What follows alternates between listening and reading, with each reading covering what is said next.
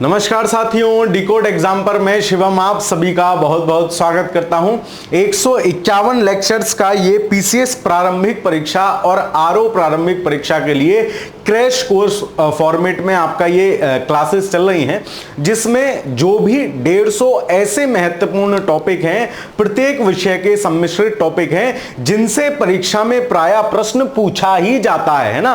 तो एक एक टॉपिक पर एक एक कक्षा है, तो 150 बड़े टॉपिक आपके इसके माध्यम से कवर हो जाएंगे पूरी प्रीलिम्स परीक्षा से पहले, जो आपको उत्तर प्रदेश पीसीएस प्रारंभिक परीक्षा के लिए भी लाभदायी है और साथ ही साथ आरओ की प्रारंभिक परीक्षा के लिए भी लाभदायी है। तो मैं यहां आपको 4 बड़े सेगमेंट पढ़ा रहा हूं, भारत का भूगोल, विश्व का भूगोल, प्राचीन भारतीय इतिहास और मध्यकालीन भारतीय इतिहास। तो ये विश्व इतिहास की आज भारत के भूगोल की आज ये आपकी तीसरी क्लास है, जिसमें हमने पहली क्लास में देख लिया पूरा भारत है ना, और मैप वगैरह ये सब देख लिया। दूसरी क्लास में हमने भारत का भौतिक विस्तार और भौतिक विभाजन पूरा समझ लिया। आज हम देखेंगे जो भारत में पाई जाने वाली प्रमुख जनजातियां हैं जिनसे सवाल पूछा जाता है, भाषाएं हैं, 2-3 बार सवाल पूछे गए हैं, भारत के राज्य व केंद्र शासित प्रदेश है ना, किस किस तरीके के सवाल पूछे जाते हैं, क्या क्या, वो मैंने सब शामिल किया है। और भारत का नदी तंत्र, देखिए नदी तंत्र यद्यपि बड़ा है ना, क्योंकि उसमें हम 3 तो बड़े नदी तंत्र शामिल करते हैं, ब्रह्मपुत्र नदी तंत्र, गंगा नदी तंत्र और सिंधु नदी तंत्र है ना। उसके सिवाय प्रायद्वीपीय भारत का भी नदी तंत्र होता है, तो एक बड़ा चैप्टर है। तो हम आज क्या करेंगे, एक नदी तंत्र को पढ़ लेंगे और आगे आने वाली क्लास में अगले 3 नदी तंत्रों को समाप्त कर लेंगे, ठीक है। चलिए, तो आज की कक्षा की अपनी शुरुआत करते हैं। सबसे पहले देखेंगे भारत की प्रमुख जनजातियां। जनजातियां क्या होती हैं आपको पता है, जो समाज की मुख्य धारा से अलग अपना एक स्वयं का ही अस्तित्व बनाए हुए हैं, अपने स्वयं के तौर तरीकों से चल रहे हैं, अपनी प्रथाएं, अपनी रूढ़ियों को वे संरक्षित करना जानते हैं, अपनी भाषा, अपनी लिपि, अपने तीज त्योहार इत्यादि को वे अलग तरीके से संरक्षित करते हैं। तो भारत में कुल विभिन्न राज्यों में इस प्रकार से मुख्य जनजातियां पाई जाती हैं। इनको देखते चलते हैं, साथ साथ मैं आपको यह भी बताऊंगा कि परीक्षा में सवाल इनसे कैसे हैंडल करना है ना।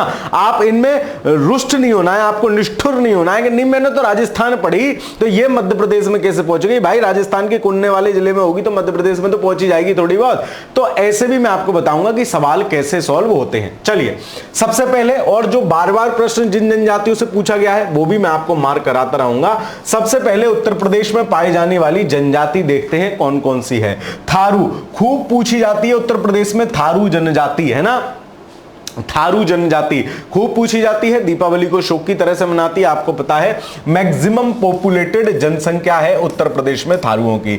दूसरी जो जनजाति है उत्तर प्रदेश की वो है राजी। याद कर लेना, राजी है ना, उत्तर प्रदेश वालों से सब वैसे राजी होते हैं। बाबा जी कहता अच्छा नहीं मानोगे, अभी भेजता हूं, धन्नाता हुआ मामला। तो क्या है, राजी हो जाते सब। खरवार जो है उत्तर प्रदेश की जनजाति है।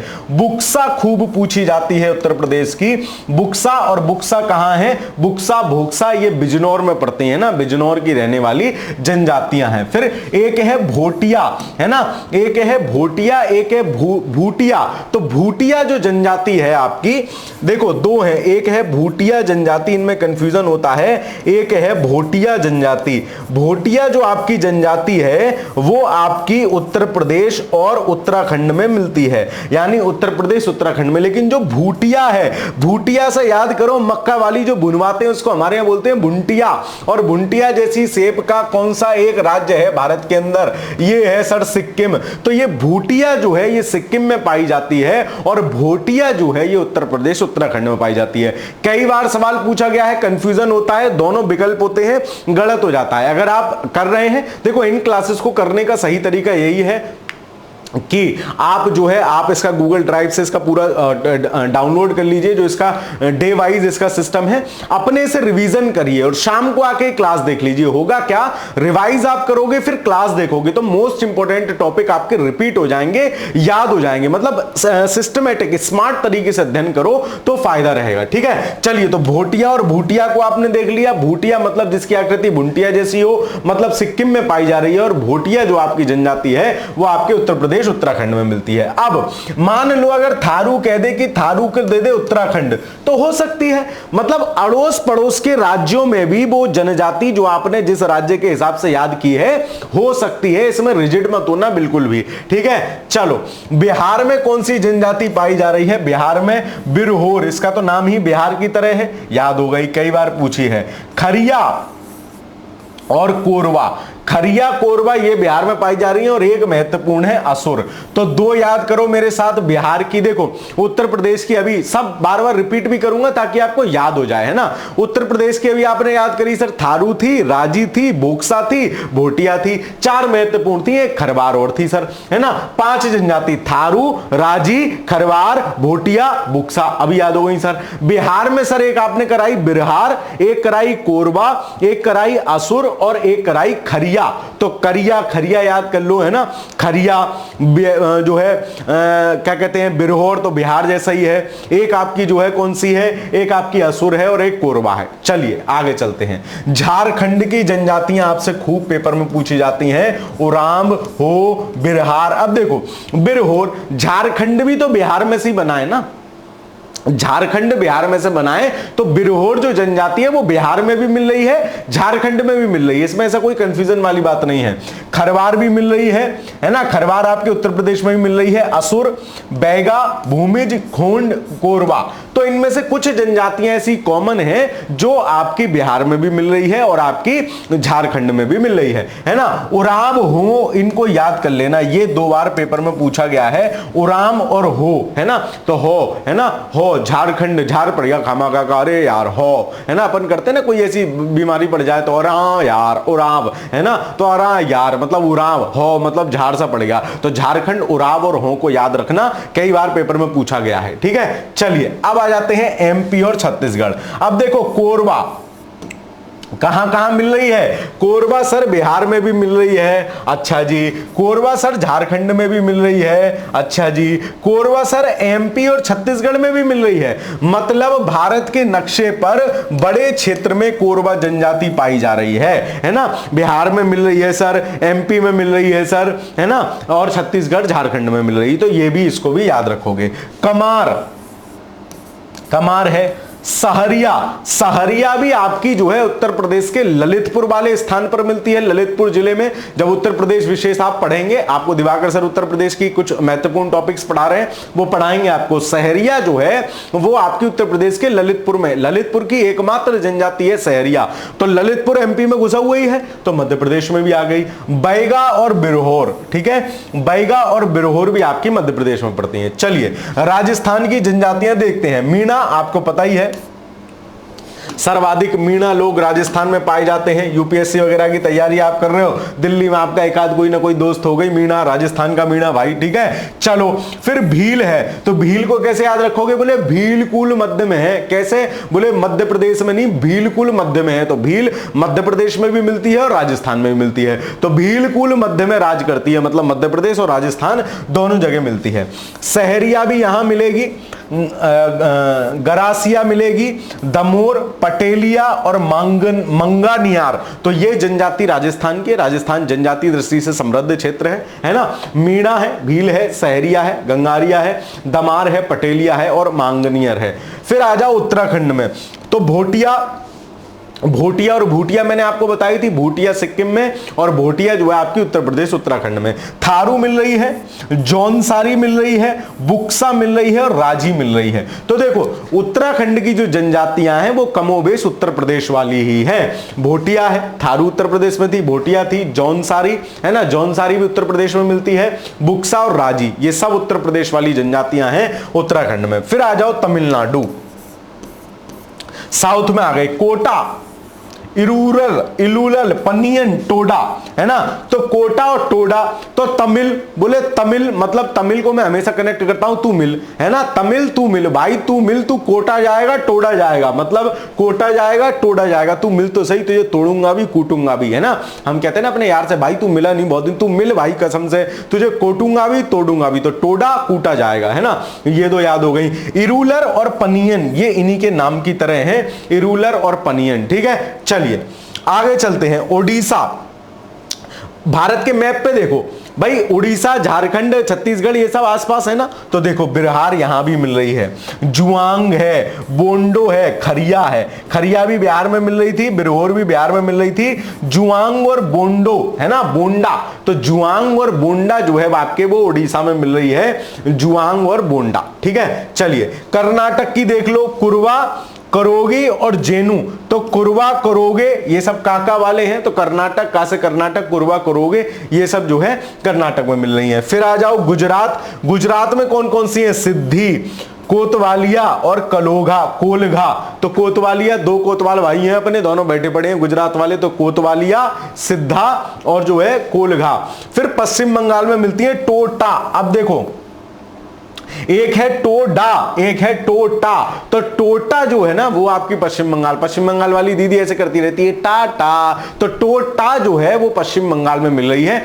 ये जो कंफ्यूजिंग वाली है ना, ये मेरा याद कराना आपको मकसद है कि जैसे भोटिया और भूटिया थी, टोडा और टोटा है, तो टोडा जाएगा तू जब मिलेगा, और टोटा दीदी टाटा कर रही है पश्चिम बंगाल वाली। ठीक है, लोधा, टोडा, लोथा और बिरहोर, तो ये बिरहोर जो है बड़े एरिया में पाई जा रही है, बिहार, मध्य प्रदेश, छत्तीसगढ़, झारखंड, उड़ीसा, पश्चिम बंगाल। ठीक है, चलिए फिर आ जाते हैं अंडमान निकोबार। ये जनजातियां खूब पूछी गई हैं, एक झारखंड की परीक्षा में खूब पूछी गई है। अंडमान निकोबार की कौन सी है, बोले अंडमान निकलो बाहर, है ना, बाहर निकलो, क्या करेंगे, शैंपेन की बोतल खोलेंगे, शैंपून। जारबा, तो वो कह रहा है मैं बाहर जा रहा हूं, जारबा बाहर जा रहा हूं। ठीक है, सेंटेनली, सेंट लगा के जा भाई, ओंगे ग्रेट अंडमानी, तो जारवा है ना, जारवा, शैंपेन, सेंटेनली, ये सब जो जनजातियां हैं ये आपके अंडमान निकोबार की हैं। अंडमान निकोबार भी जनजातीय दृष्टि से रिच जो है राज्य है भारत का।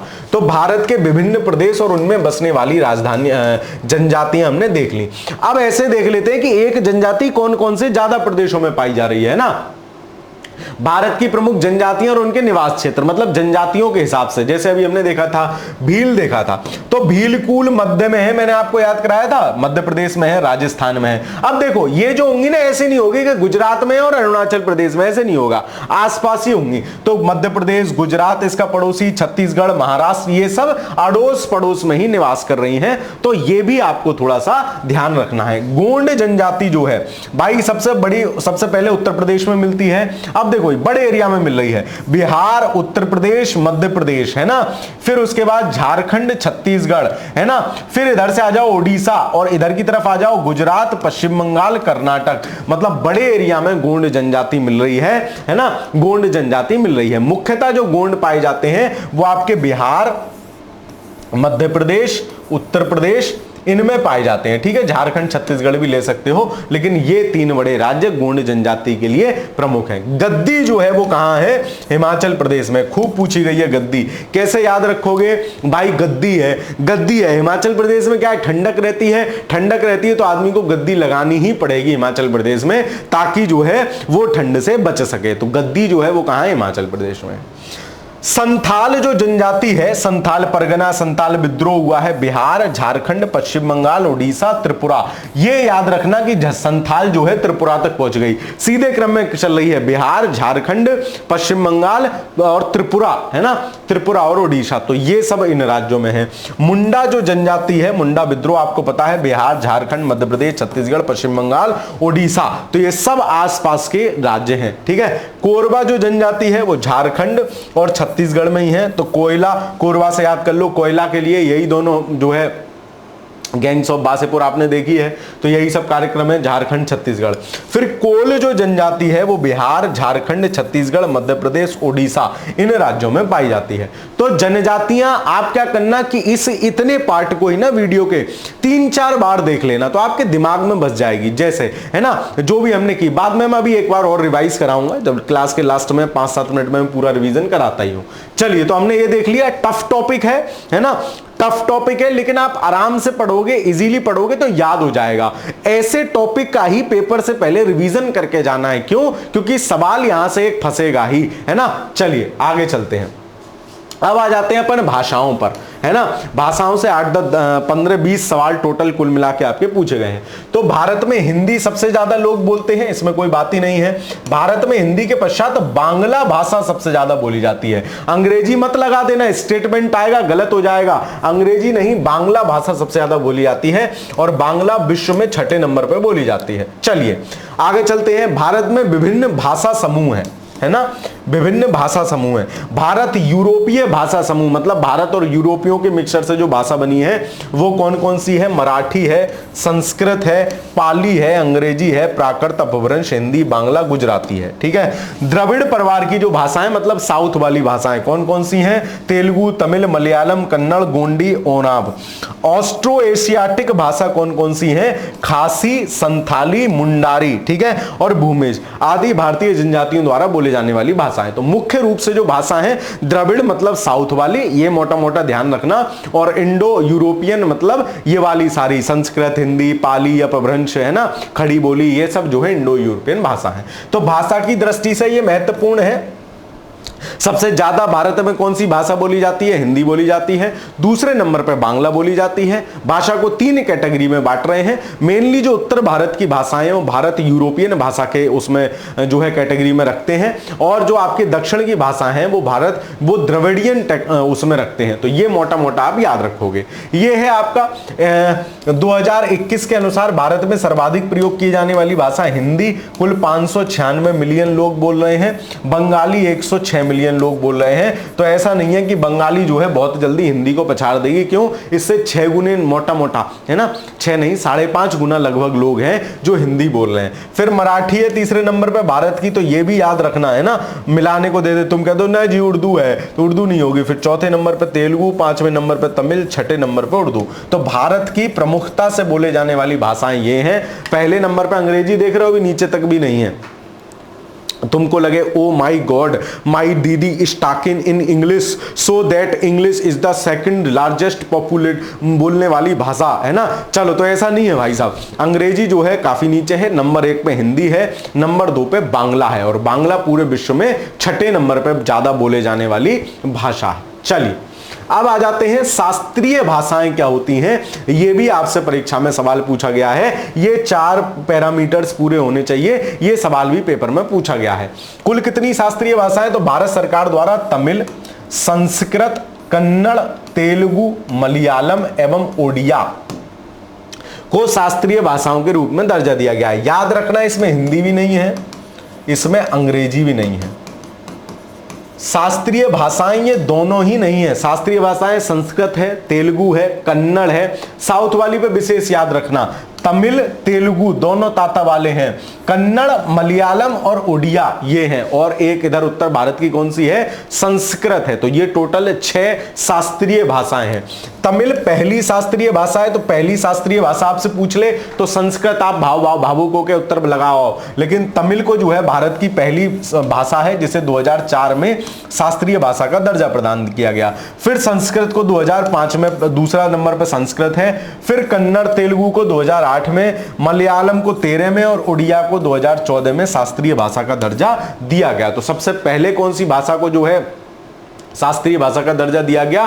तमिल को, उसके बाद संस्कृत, फिर जो है और तो कौन सी 6 भाषा हो गई? तमिल, संस्कृत, तेलुगु और तमिल, तेलुगु, संस्कृत, कन्नड़, मलयालम और उड़िया, ये कुल 6 शास्त्रीय भाषाएं हैं। भारत सरकार द्वारा किसी भी भाषा को शास्त्रीय भाषा के रूप में घोषित करने के लिए निम्नलिखित शर्तें पूरी की गई हैं या की जानी चाहिए। कौन कौन सी शर्तें हैं? इस भाषा का 1500 से 2000 वर्ष की अवधि का समृद्ध मूल पाठ या इतिहास हो, मतलब इस भाषा के ग्रंथ हो, पढ़े जा सकने योग्य हो, अपना एक इतिहास हो। ठीक है, चलिए। प्राचीन साहित्य या मूल पाठ का एक भाग जिसे वक्ताओं की पीढ़ियों द्वारा बहुमूल्य विरासत, ऐसा नहीं है कि तमाम साहित्य पढ़ा है लेकिन कोई कह नहीं रही कि जी मेरा है, किसी का नहीं है। तो लोग उस पर एक अपना विश्वास रखते हो, उस पर अपनी एक भावनात्मक जुड़ाव रखते हो। संबंधित भाषा की साहित्यिक परंपरा मौलिक है तथा किसी अन्य बोले जाने वाली समुदाय से प्रेरित नहीं है, मतलब उसकी अपनी लिपि है, अपना व्याकरण है, इस तरीके की बात। शास्त्रीय भाषा और साहित्य आधुनिकता से भिन्न होने के कारण शास्त्रीय भाषा तथा इसके अगले रूपों के बीच अंतराल भी हो सकता है ना। जैसे शास्त्रीय संस्कृत अलग तरीके से लिखी जाती है और वर्तमान जो संस्कृत लिखते हैं वो थोड़ा सा अलग प्रकार से लिखते हैं, तो ऐसी भिन्नता भी इनमें हो सकती है ना। चलिए, तो ये हो गया आपकी शास्त्रीय भाषाओं से संबंधित बात। चलिए अब आ जाते हैं हम, तो टॉपिक तो ये छोटा सा है लेकिन सवाल यहां से पूछ लेता है ना, तो राजधानी में ही हम कंफ्यूज हो जाते हैं। आप कहोगे अरे मां साहब क्या पढ़ा रहे हो, है ना, राजधानी में ही कंफ्यूज हो जाते हैं अगर सवाल पूछ लेता है। तो मैं 5 मिनट के अंदर आपको सारे राज्यों की लोकेशन आप देख लीजिए और सारे राज्यों की राजधानी भी याद करा देता हूं। सबसे पहले चलते हैं जम्मू कश्मीर से। अब 2 राज्य हो गए हैं, जम्मू कश्मीर और लद्दाख, है ना। चलिए, तो जम्मू कश्मीर की राजधानी क्या है, श्रीनगर है। यहां इसके हिसाब से चल लेते हैं और यहां मार्क करते चलते हैं। पहला है इसमें आंध्र प्रदेश, ये है आपका आंध्र प्रदेश तेलंगाना से अलग होने के बाद, और पहले इसकी संयुक्त राजधानी थी हैदराबाद, जो अब 2014 में अलग हुआ था ना तेलंगाना। 10 वर्षों के लिए हैदराबाद संयुक्त राजधानी थी और अब ये करंट में भी चर्चा में है क्योंकि अब हैदराबाद के 10 वर्ष पूर्ण हो गए हैं। अब आंध्र प्रदेश की अपनी राजधानी है कौन सी, अमरावती, जिसके लिए बजट में भी एक बड़ा पैसा इशू किया गया है राजधानी डेवलपमेंट करने के लिए। अरुणाचल प्रदेश पे आ जाओ, ये रहा अरुणाचल प्रदेश। अरुणाचल प्रदेश की राजधानी क्या है, ईटानगर।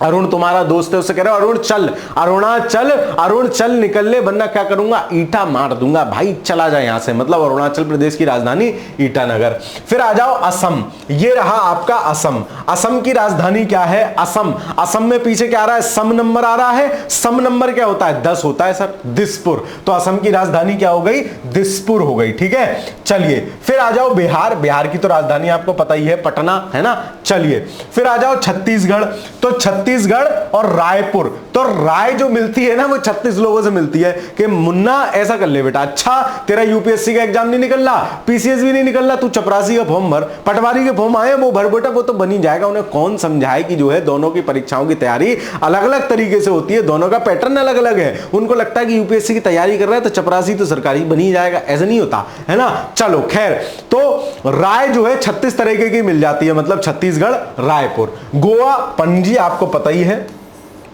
गोवा की राजधानी पणजी। जैसे गोवा, मेरा गोवा जाने का क्या है, पणजी, मेरा जी कर रहा है गोवा जाने का, है ना। मेरा तो करता रहता है, मतलब नहीं करता रहता है, आपका पता नहीं। चलो गुजरात की राजधानी क्या है, गांधीनगर। कैसे याद रखोगे, गांधीनगर, गुजरात, मतलब गुजर गए कौन, गांधी जी। गांधी जी भाई साहब गुजर गए, चले गए, है ना। तो गांधी जी गुजर गए, मतलब गुजरात मतलब गुजर, और गांधीनगर। यहां कंफ्यूजन होता है, गुजरात के लोग कहते हैं अच्छा अहमदाबाद बड़ी सिटी है, मम्मी वही तो राजधानी नहीं है, तो अहमदाबाद राजधानी नहीं है, गांधी जी गुजर गए इसलिए गांधीनगर है। चलो हरियाणा और पंजाब और चंडीगढ़ केंद्र शासित प्रदेश, इनकी सबकी राजधानी चंडीगढ़ है, यह आपको पता ही है। हिमाचल प्रदेश की राजधानी क्या है, शिमला, है ना। हिमाचल प्रदेश की राजधानी क्या है, शिमला, यह भी आपको पता ही होती है, हिमाचल प्रदेश की शिमला। चलिए झारखंड की राजधानी क्या है, रांची, है ना। रांची, रांची को करो चाची। चाची जो है ना, अब तुम अगर कन्या हो, विवाहित हो, तब भी तुम्हें पता होगा चाची झाड़ फैलाती रहती हैं, है ना। और वैसे भी चाची ताई जो है ना, ये थोड़ी सी फूफा जीजा वाली कैटेगरी के लोग हैं, महिलाओं में, है ना। तो चाची ताई जो है, तो रांची मतलब चाची, चाची हमारी बहुत झाड़ फैलाती है, झारखंड, रांची। कर्नाटक, है ना, बेंगलुरु, तो बेंगलुरु कर्नाटक, ये आपको सबको याद होती है। तो कर्नाटक बोले नाटक मत कर, बैंक लूट, बेंगलुरु मतलब बैंक लूट, कर्नाटक भाई नाटक मत कर, फटाफट बैंक लूटने आए, जल्दी से बैंक लूट ले। कर्नाटक नाटक मत कर, बेंगलुरु बैंक लूट। चलो फिर आ जाओ केरल पे, केरल तिरुवनंतपुरम, केरल तिरुवनंतपुरम, तो तिरुवंत से याद रखो अंतपुरम, तो केरल कहां है, ये रहा केरल, और ये अंतपुरम में ही है ना, है बिल्कुल, केरल तिरुवनंतपुरम बिल्कुल अंतपुरम में है। बाकी राज्य मेरे दिखाने रह गए क्या, बिहार रहा ये, असम तक तो दिखा दिए थे, छत्तीसगढ़ रहा ये, गोवा रहा ये, सर ये तो हमने देखा है, ये हमें पता है। गुजरात आपका ये रहा, गुजरात की राजधानी गांधीनगर। हरियाणा आपका ये रहा, हरियाणा आपका ये रहा, हरियाणा की राजधानी चंडीगढ़, है ना। उसके बाद हिमाचल प्रदेश आपका ये रहा, हिमाचल प्रदेश की राजधानी शिमला। झारखंड आपका ये रहा, कर्नाटक आपका ये रहा, जो जो हमने देख लिए। केरल पे हम आ ही गए। चलिए मध्य प्रदेश की राजधानी क्या है, भोपाल, ये तो आपको सबको पता ही है, मध्य प्रदेश की राजधानी भोपाल, ये रहा मध्य प्रदेश। महाराष्ट्र की राजधानी क्या है, मुंबई। भाई महाराष्ट्र का सबसे बेहतरीन लोग मुंबई ही जाते हैं ना, मुंबई हमको जम गई, तो महाराष्ट्र की राजधानी मुंबई।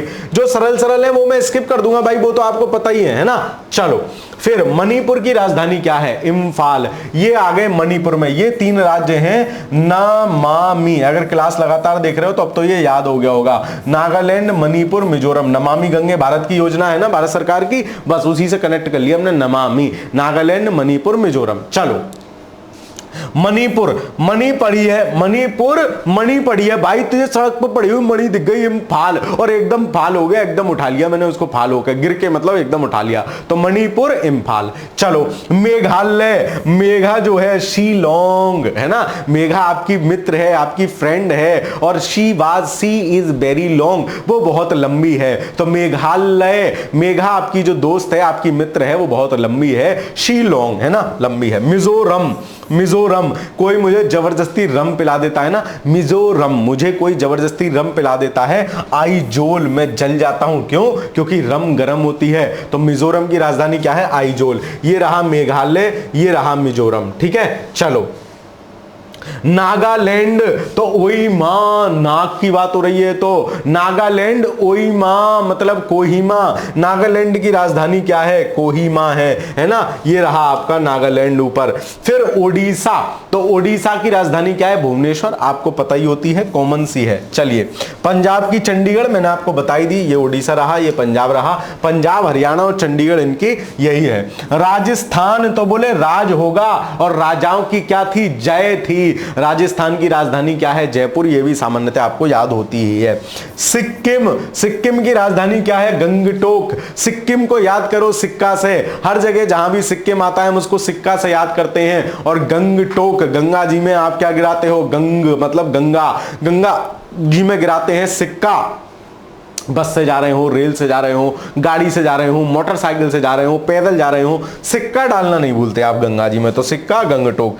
तमिलनाडु, तमिलनाडु की राजधानी क्या है? चेन्नई, आपको सबको पता है, कॉमन सी है। तेलंगाना, तेलंगाना की राजधानी क्या है? हैदराबाद है ना। तेलंगाना की राजधानी क्या है? हैदराबाद है, तो इसको भी याद रखोगे। फिर उसके बाद त्रिपुरा, तेलंगाना ये हो गया, उससे ऊपर तमिलनाडु हो गया था, है ना। चलिए पंजाब, राजस्थान, तो हमने राजस्थान ये रहा, है ना। चलो फिर उसके बाद त्रिपुरा की राजधानी क्या है? अगरतला। अगर तूने तला तो क्या होगा? त्रिपुरा। किसी को भी तल दो तो उसके 3 पैर तो अपने आप निकल आएंगे भाई, गरम गरम कढ़ाई के तेल में अगर तला, तूने अगर तला तो त्रिपुरा, 3 पैर हो जाएंगे उसके, त्रिपुरा, ठीक है, अगरतला। फिर उत्तराखंड की राजधानी क्या है? देहरादून और गेयरसेन ग्रीष्म, तो देहरादून आप याद रखोगे, देहरादून उत्तराखंड की राजधानी है, ये भी सिंपल है। उत्तर प्रदेश, लखनऊ, उत्तराखंड हो गया, उत्तर प्रदेश हो गया लखनऊ, ठीक है। चलिए आगे चलते हैं। सिक्किम, गंगटोक हमने देख ही लिया, सारे ही राज्य हो गए, है ना। कोई छूट रहा है क्या? नहीं।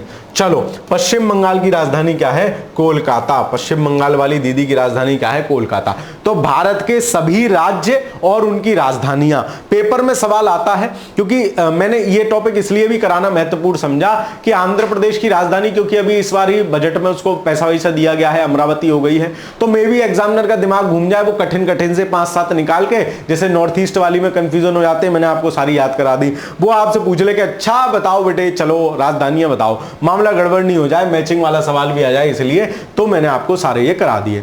नॉर्थ ईस्ट के राज्य है 7 सिस्टर, इन्हें बोलते हैं 7 बहिनें बोलते हैं, ठीक है। कौन कौन सी हैं 7 बहनें? सिक्किम उसमें नहीं है, सिक्किम 8वीं बहन है, इनको देख लो। अरुणाचल प्रदेश क्रम से है, अरुणाचल, असम, मेघालय, इन्हें ऐसे याद रखोगे, अरुणाचल, है ना, अरुणाचल, असम और मेघालय। फिर इधर आ जाओ, नमामि, नागालैंड और मतलब मिजोरम, ठीक है, मिजोरम और मणिपुर। नागालैंड मी, नमामि मतलब पहले मणिपुर है, मणिपुर है, फिर मिजोरम है, ठीक है। ये हो गए 6, और एक और जो बचा यहां निकला हुआ, ये कौन है? ये है आपके त्रिपुरा। तो ये टोटल 7 सिस्टर्स हैं, 7 बहिनें राज्य हैं। इनकी सबकी राजधानी अरुणाचल, अरुण चला जा, नहीं तो क्या करूंगा, ईटा मार दूंगा। असम सम संख्या कौन सी है? दिसपुर। फिर उसके बाद मेघालय, मेघा क्या है? Shiva, she is very long, Shillong. फिर नागालैंड, उई मा मतलब कोहिमा। फिर क्या है? मणिपुर, मनी मिलेगी तो तुम क्या करोगे? इम्फाल खाल एकदम फाल करके उठा लूंगा। मिजोरम, जोर से जब मुझे जबरदस्ती रम पिला देते हैं तो आइजोल, जल जाता हूं। त्रिपुरा, तीन तरफ से अगर पैर निकले हुए हैं मतलब अगर तला गया है। तो ये सातों राज्य, इनकी राजधानियां ये महत्वपूर्ण है, इस समय काफी चर्चा में है ये सब एरिया। आपको इनकी लोकेशन इस तरीके से आपको उत्तर से दक्षिण लगाने को भी दे सकता है, इसीलिए मैं हमेशा ऐसा याद कराता हूं, ये भी आपको पता होना चाहिए। चलिए आगे चलते हैं। उत्तर प्रदेश की सीमा से साझा करने वाले राज्य, ये भी आपसे परीक्षा में पूछा जाता है कि उत्तर प्रदेश की सीमा से कुल कितने राज्य साझा करते हैं, है ना। तो उत्तर प्रदेश की सीमा से कुल 8+1 राज्य साझा करता है। सर 8+1 क्यों? 8 तो है स्टेट, 1 है यूनियन टेरिटरी। यूटी कौन सा? दिल्ली, ठीक है। 8 राज्य कौन कौन से हैं सर, दिखाना जरा।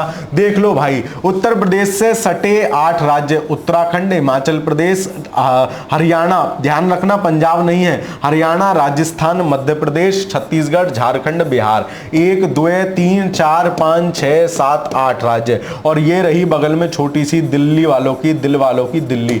तो टोटल 8 राज्य उत्तर प्रदेश से बॉर्डर साझा करते हैं, जिनमें से जो है 8 राज्य हैं और 1 केंद्र शासित प्रदेश है। तो ये प्रश्न भी इस फॉर्मेट में भी आपसे पूछा जा सकता है और इस फॉर्मेट में भी आपसे पूछा जा सकता है, या राज्य दे देगा कौन सा सीमा साझा नहीं कर रहे हो। पंजाब में बहुत कंफ्यूजन होता है, इसलिए मैंने जो है, और हिमाचल में, तो हिमाचल छूता है, पंजाब नहीं छूता है, इसको भी याद रखोगे। चलिए, एनसीआर कई बार पूछा गया है, एनसीआर में 3 से 4 बार यह सवाल पूछा गया है क्या कि एनसीआर में किस किस प्रदेश के जिले शामिल हैं और कितने कितने जिले शामिल हैं। तो 3 बड़े प्रदेशों के जिले शामिल हैं, उत्तर प्रदेश, हरियाणा और राजस्थान। याद रखना, दिल्ली की सीमा राजस्थान से छूती नहीं है, लेकिन फिर भी राजस्थान के 2 जिले एनसीआर में शामिल हैं। ये रेड वाली रही दिल्ली, और 2 जिले देख लो, अलवर और भरतपुर, ये दोनों, और राजस्थान है क्योंकि 2 ही जिले हैं तो इनका नाम भी पूछ सकता है। अलवर और भरतपुर एनसीआर के रीजन है।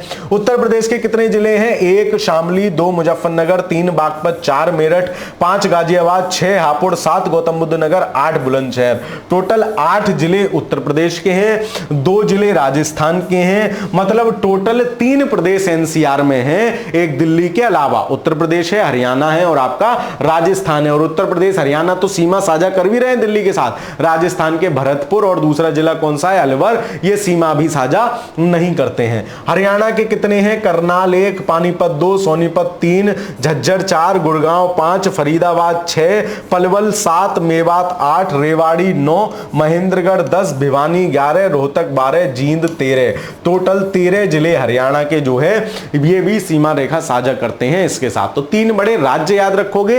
एक महत्वपूर्ण फैक्ट ये है कि राजस्थान के जो है अलवर और आपके भरतपुर यद्यपि सीमा साझा नहीं करता है, परंतु राजस्थान के फिर भी 2 जिले जो है हैं। कितना एरिया है? 55,083 स्क्वायर किलोमीटर। चलिए अब आ जाते हैं क्षेत्रफल के क्रम में भारत के सबसे बड़े राज्य कौन से हैं। तो क्षेत्रफल के क्रम में सबसे पहले नंबर पे राज्य है, जब पहले मध्य प्रदेश में छत्तीसगढ़ हिस्सा हुआ करता था तो सबसे बड़ा राज्य मध्य प्रदेश था, परंतु आज के समय में नंबर 1 पे मध्य प्रदेश राजस्थान है, दूसरे नंबर पे मध्य प्रदेश है, तीसरे नंबर पे महाराष्ट्र है, चौथे नंबर पे आपका उत्तर प्रदेश है, 5वें नंबर पे गुजरात है। देख लो, राजस्थान 5 बड़े राज्य, इतना क्षेत्रफल, मध्य प्रदेश, महाराष्ट्र, मध्य प्रदेश महाराष्ट्र में बहुत अंतर नहीं है, फिर उत्तर प्रदेश है, फिर आपका गुजरात है। तो 5 बड़े राज्य कौन कौन से हैं? राजस्थान, सर दिमाग में मैप से बसाओ, सर राजस्थान है, राजस्थान के बाद कौन सा है सर? मध्य प्रदेश है, ठीक है, मध्य प्रदेश के बाद क्या है सर? महाराष्ट्र है ना, महाराष्ट्र है, अपने दिमाग में भी कौंधाओ बार बार। महाराष्ट्र के बाद सर आपका उत्तर प्रदेश है, उत्तर प्रदेश के बाद सर आपका कौन सा है? गुजरात है ना, गुजरात है। पहले जो है चौथे नंबर पे, जब 2014 से पहले आंध्र प्रदेश आता था, 5वें नंबर पे उत्तर प्रदेश आता था, लेकिन अब आंध्र प्रदेश तो टूट गया, 2 हिस्से हो गए, तो फिर अब चौथे नंबर पे उत्तर प्रदेश, 5वें नंबर पे गुजरात आ जाता है। चलिए, तो 5 बड़े राज्य क्रम में हो गए। जनसंख्या के अनुसार सबसे छोटा राज्य कौन सा है क्षेत्रफल के हिसाब से? गोवा। है ना। क्षेत्रफल के हिसाब से सबसे छोटा कौन सा है? गोवा। जनसंख्या के आधार पर चार बड़े राज्य कौन कौन से? नंबर 1 पे उत्तर प्रदेश, सबसे ज्यादा जनसंख्या, नंबर 2 पे महाराष्ट्र। तो नंबर 1 पे उत्तर प्रदेश, नंबर 2 पे महाराष्ट्र, नंबर 3 पे बिहार, नंबर 4 पे पश्चिम बंगाल। तो याद रखना, उत्तर प्रदेश के बाद बिहार याद आता है आपको, उत्तर प्रदेश के बाद कौन है? महाराष्ट्र है, फिर बिहार है, फिर पश्चिम बंगाल है। तो 4 बड़े राज्य, उत्तर प्रदेश के बाद महाराष्ट्र है, मुंबई वाला ध्यान दिमाग में रखना, बता रहा हूं। तो उत्तर प्रदेश है, महाराष्ट्र है, फिर जो है उसके बाद आपका बिहार है, फिर पश्चिम बंगाल है। और जनसंख्या की दृष्टि से सबसे छोटा राज्य कौन सा है? वो है आपका सिक्किम। तो हमने ये सारी पंचायत जो है देख ली, बड़े राज्य, छोटे राज्य, ये सब। चलिए अब देखते हैं भारत के केंद्र शासित प्रदेश कौन कौन से हैं और उनकी राजधानी कितनी है। टोटल केंद्र शासित प्रदेश है 8 और राज्य कितने हैं? 28। ठीक है, चलिए 2 बड़े केंद्र शासित प्रदेश कौन से? जम्मू कश्मीर और लद्दाख। जम्मू कश्मीर की राजधानी आपकी क्या है? जम्मू कश्मीर की राजधानी है श्रीनगर, है ना। जम्मू कश्मीर की राजधानी श्रीनगर, लद्दाख की राजधानी श्रीनगर, लद्दाख की राजधानी क्या है? लेह। ठीक है, लेह लद्दाख की राजधानी है। तो 2 बड़े ये हो गए। उसके बाद चंडीगढ़, चंडीगढ़ की राजधानी तो क्या ही है? चंडीगढ़ ही है। इसके साथ साथ ये 2 अन्य राज्यों की भी राजधानी है, पंजाब और हरियाणा।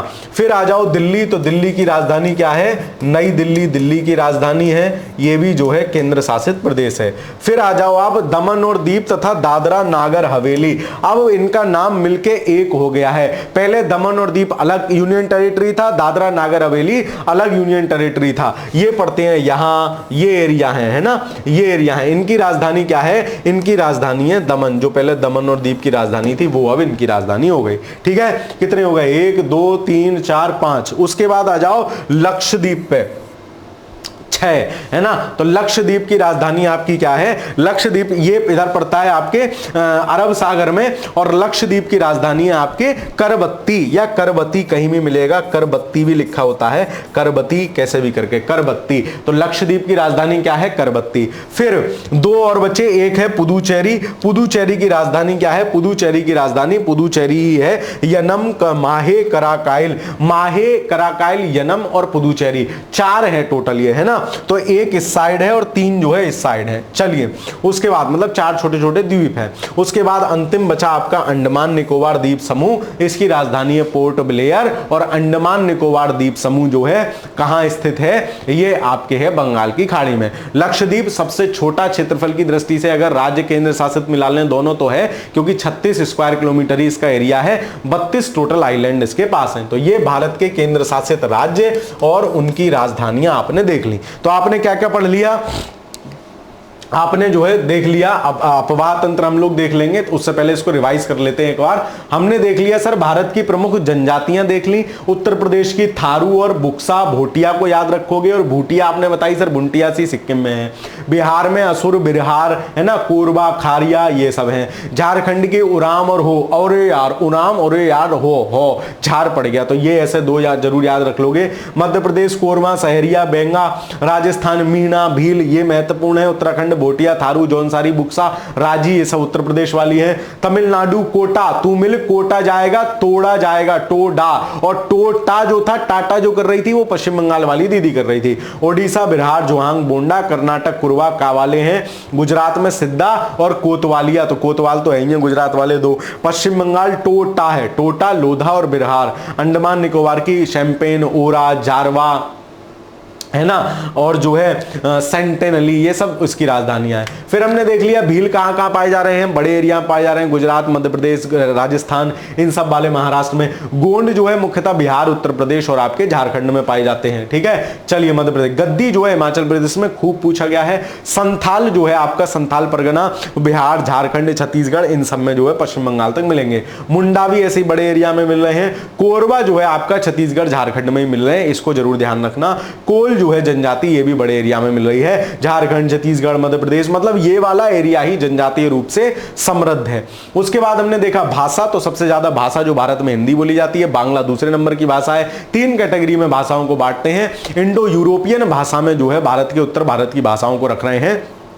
और द्रविड़ भाषा में साउथ वाली भाषाओं को रख रहे हैं। फिर हमने देख लिया शास्त्रीय भाषाएं टोटल 6 हैं। सबसे पहली तमिल है, तमिल तेलुगु दोनों ताता वाली, फिर संस्कृत तीसरी, चौथी मलयालम, पांचवी उड़िया और छठी जो है कौन सी है, छठी भाषा है आपकी कन्नड़। तो तमिल, तेलुगु, संस्कृत, कन्नड़, मलयालम, उड़िया। सबसे पहली तमिल, उसके बाद संस्कृत, फिर जो है बनती चली गई। सबसे लेटेस्ट है 2014 में उड़िया को जो है दर्जा दिया है। क्या होना चाहिए इनका, एक अपनी ग्रंथ होने चाहिए, 1500 से 2000 साल पुराना इतिहास होना चाहिए। उसके बाद हमने देखे राज्य और उनकी राजधानियां, सारे राज्यों और उनकी राजधानियां देख लिए, है ना।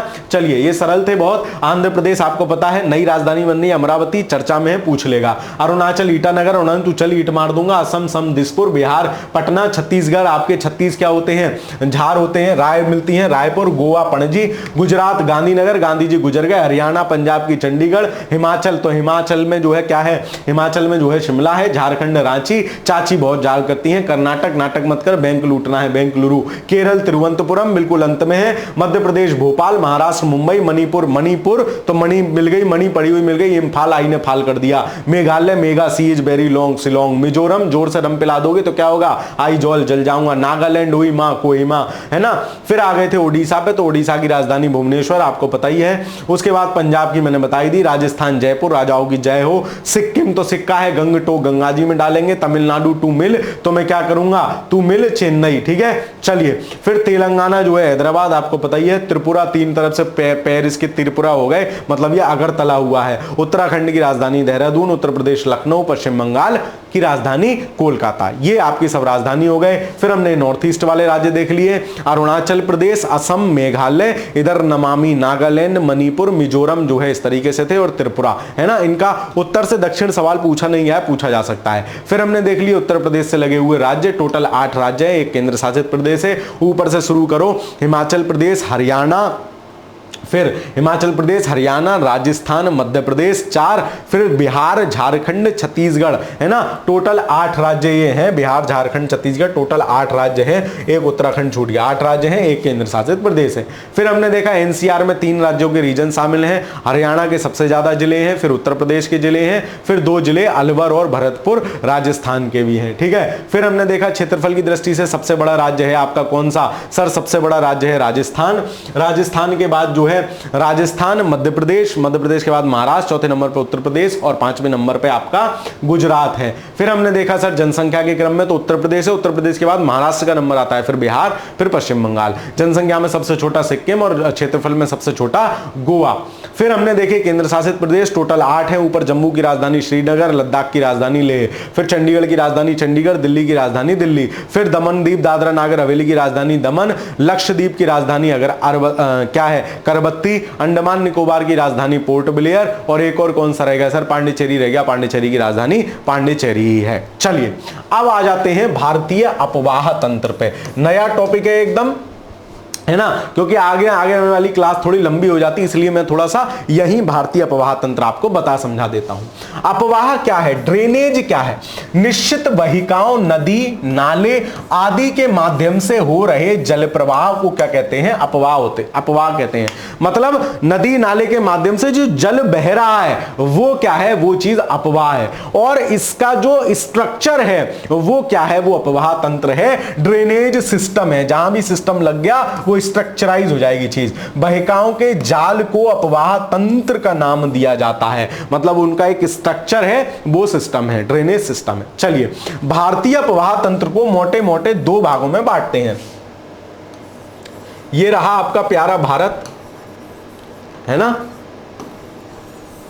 ये रहा आपका प्यारा भारत। तो इसमें क्या है, 2 तंत्र हैं, एक तो क्या है हिमालयी अपवाह तंत्र है, मतलब जो नदी हिमालय से निकल रही है, गंगा निकल के आ रही है, इधर ब्रह्मपुत्र बह रही है और इधर से सिंधु बह रही है, मतलब 3 बड़े तंत्र, सिंधु नदी तंत्र, गंगा नदी तंत्र, ब्रह्मपुत्र नदी तंत्र, ये हिमालयी नदी तंत्र हैं।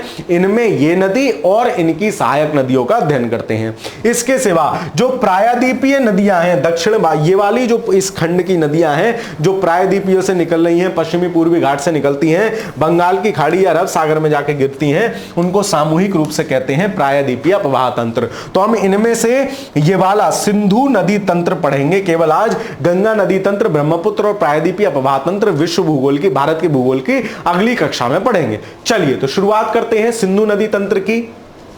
ये आप मैप देख रहे हैं सिंधु नदी का, ठीक है, सिंधु नदी का। अब मैं इसमें आपको अलग अलग कलर से चीजें करके दिखाता हूं। ये चली सिंधु नदी, ठीक है, ये चली सिंधु नदी मानसरोवर झील से, है ना, ये बहती हुई जो है सिंधु नदी, ये आ गई, ठीक है, ये आ गई। अब देखो इसमें कौन से स्थान आपको याद रखने हैं। मानसरोवर झील से ये निकल रही है, ठीक है, मानसरोवर झील से निकल रही है या बोखरचू हिमनद से निकल रही है ना। फिर उसके बाद दमचोक जो स्थान है वहां से ये भारत में प्रवेश करती है। किस स्थान से? दमचोक स्थान से भारत में प्रवेश करती है। कैसे याद रखोगे? बोले भारत में वही प्रवेश कर सकता है जिसमें दम हो, मतलब दमचोक स्थान से भारत में प्रवेश करती है। फिर इधर चिल्लास नामक स्थान से भारत से एग्जिट करती है, चिल्लाती हुई एग्जिट करती है और एक गार्ज बनाती है बड़ा। तो दमचोक नामक स्थान से एंट्री लेती है और चिल्लास नामक स्थान से एग्जिट करती है। फिर आ जाओ इसकी सहायक नदियों को देखते हैं। ये राक्षस ताल से इसकी सहायक नदी निकल रही है, कौन सी?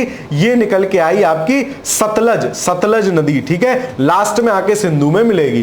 फिर यहीं से एक और नदी शिवकीला से दो भागों में निकलती है, सतलज, है ना। चलिए फिर हमने देखा एक नदी इसकी सहायक नदी है ब्यास, ये रही इसकी सहायक नदी ब्यास। ये जो है भारत में ही ओरिजिनेट होती है और भारत में ही समाप्त हो जाती है। एक सहायक नदी इसकी ये रही रावी, है ना, ये रही रावी जो आपकी जो है चिनाब में मिल जाएगी। फिर एक रही आपकी चिनाब, है ना, और एक रही झेलम। तो इस तरीके से ये 5 पंच नद जो है मिल जाते हैं सिंधु में। तो कैसे याद रख लेना?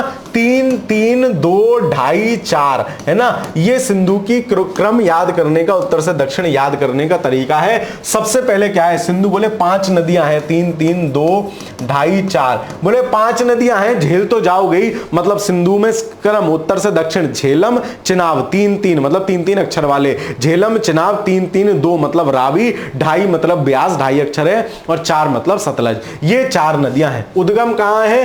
कैलाश पर्वत। मैं आपको जब बता रहा था ट्रांस हिमालय बता रहा था तो उसकी 3 बड़ी श्रृंखलाएं बताई थी, कराकोरम, लद्दाख, जास्कर, और जास्कर के समानांतर बताई थी कैलाश। तो ये ट्रांस हिमालय से निकल रही है, कैलाश पर्वत के बोखरचू के निकट एक हिमनद से निकलती है। कुल लंबाई लगभग 3000 किलोमीटर या 2880 किलोमीटर, भारत में 1100 किलोमीटर लगभग बहती है।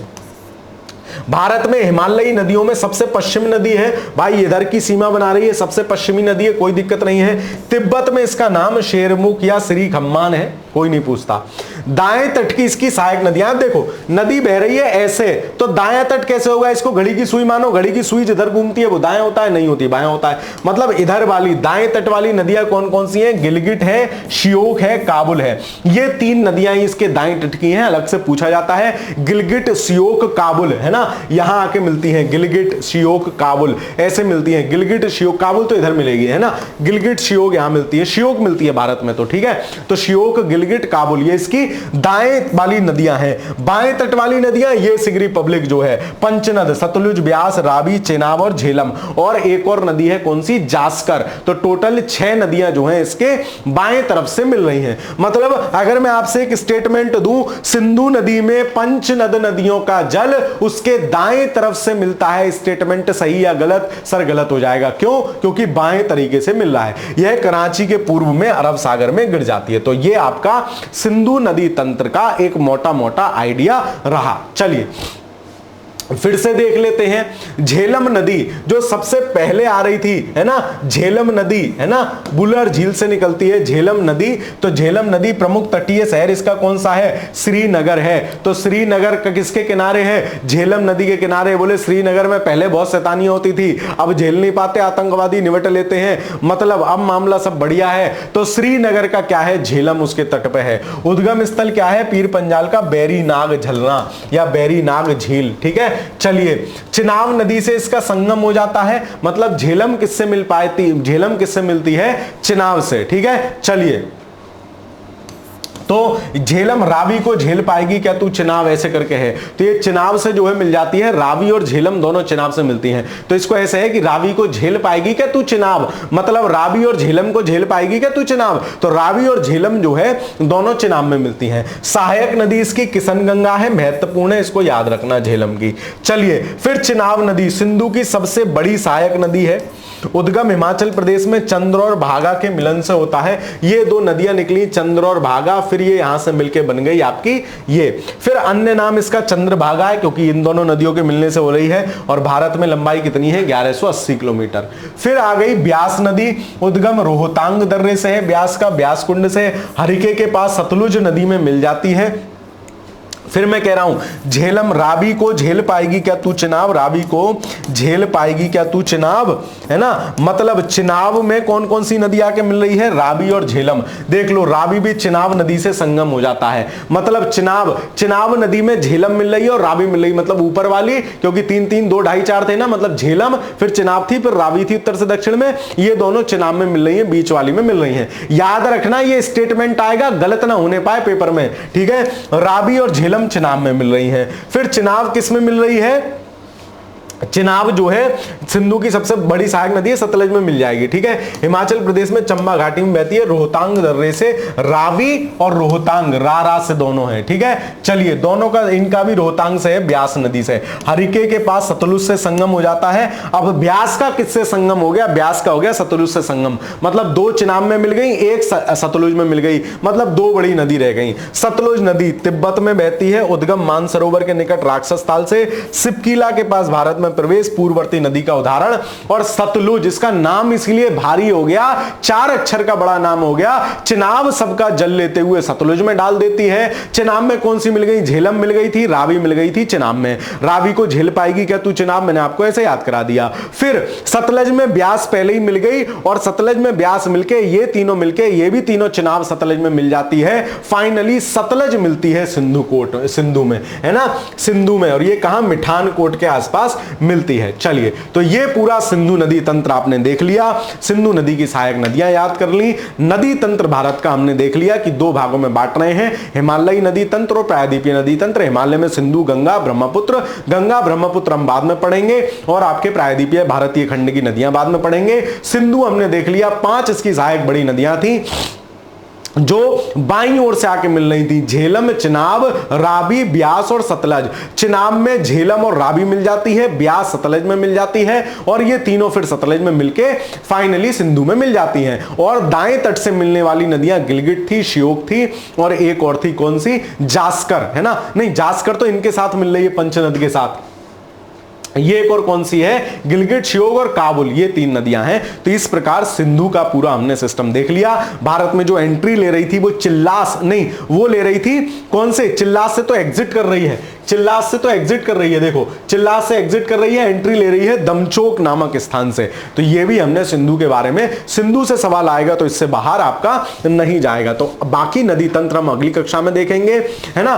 बाकी इन क्लासेस को अच्छे से पढ़िए, बढ़िया से पढ़िए, बहुत मेहनत के बाद आपके समक्ष ये कक्षाएं लाई जाती हैं, तो इनका ज्यादा से ज्यादा फायदा उठाइए। अपनी दोस्त, सखा, मित्र मंडली के साथ साझा अवश्य कर दीजिएगा। चैनल को नए हूं तो चैनल को सब्सक्राइब जरूर कर लीजिएगा। बाकी कमेंट के माध्यम से जरूर बताया करो कि कक्षाएं आपको कैसी लगी, किसी भी टीचर के लिए उसको प्रोत्साहन मिलता है। चलिए मिलता हूं आपसे फिर किसी अगली अच्छी सी क्लास में, तब तक के लिए पढ़ते रहिए, खुश रहिए, धन्यवाद।